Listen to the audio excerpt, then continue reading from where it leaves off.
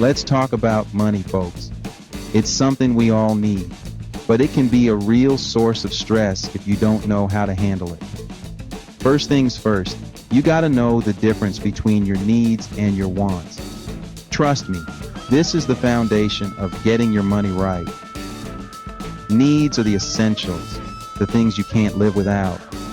Think food, shelter, clothes to keep you warm. These are non-negotiable. You gotta have them to survive. Wants, on the other hand, are the extras, the nice-to-haves. That new phone, fancy clothes, vacations, these things are great, but you can live without them. Here's the thing. Most folks get into trouble when they start confusing wants for needs.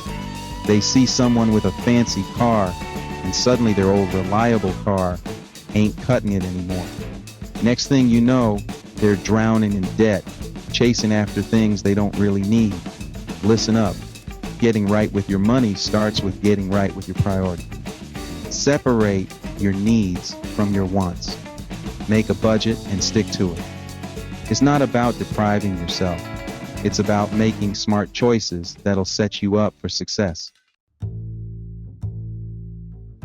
You ever heard the saying, keeping up with the Joneses?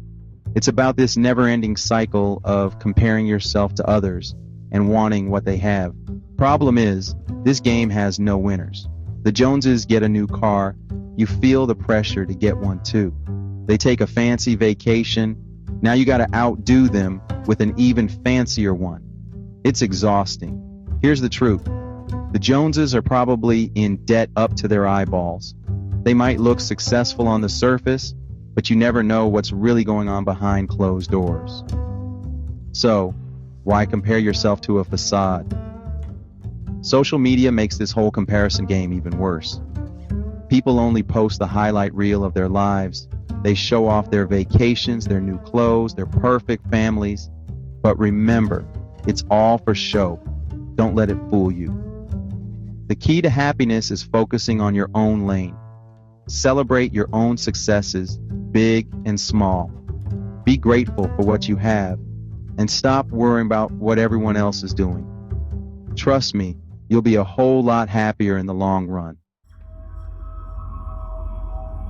Ever wonder why some people just can't seem to get enough? No matter how much money they have, they always want more. It's like they have a hole in their pocket that can never be filled. Well, there are a couple of reasons for this. First off, our society is built on consumerism. We're constantly bombarded with messages telling us we need more stuff to be happy. Buy this, buy that, you deserve it. It's tough to resist even when you know it's all a bunch of baloney. Then there's the whole psychological aspect. Some people tie their self-worth to their net worth. They think that the more money they have, the more valuable they are. But that's just not true. Your worth comes from within, not from your bank account.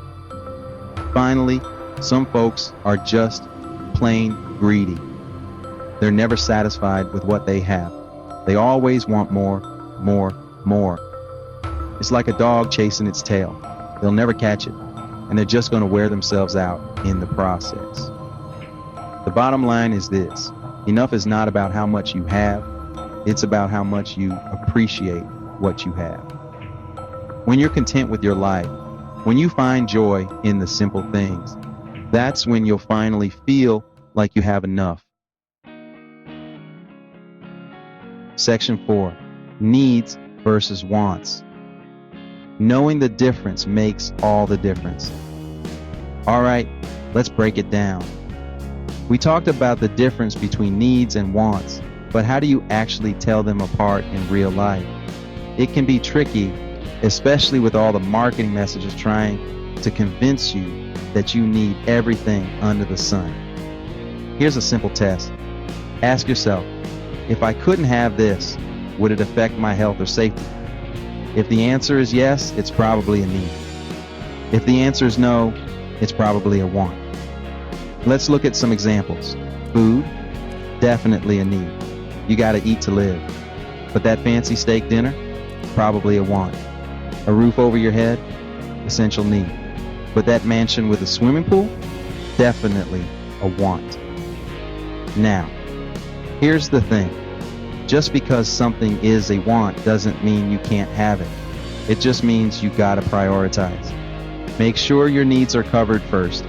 Then you can start thinking about your wants. And remember, there's no shame in enjoying your wants. Life is about balance. Just make sure your wants aren't controlling your life and driving you into debt. Section 5. Finding your enough and living a richer life. So, how much is enough? That's the million-dollar question, right? Well, here's the thing. There's no one-size-fits-all answer. What's enough for you might not be enough for someone else. And that's okay. The key is to figure out what truly matters to you. What are your values? What brings you joy? What kind of life do you want to live? Once you have a clear understanding of your priorities, you can start making decisions that align with them. Maybe you value experiences over material possessions. So instead of buying that fancy car, you save up for a trip around the world. Or maybe you prioritize spending time with loved ones. So you choose to work a job that allows for more flexibility, even if it pays a little less. Finding your enough is about more than just money. It's about living a life that feels meaningful and fulfilling to you. It's about being content with what you have, while still striving to reach your full potential. Remember, true wealth isn't measured in dollars and cents. It's measured in love, laughter, and the relationships you build with the people you care about. So, focus on those things, and you'll be well on your way to living a richer, more meaningful life. Don't forget to subscribe to my YouTube channel for more videos like this one.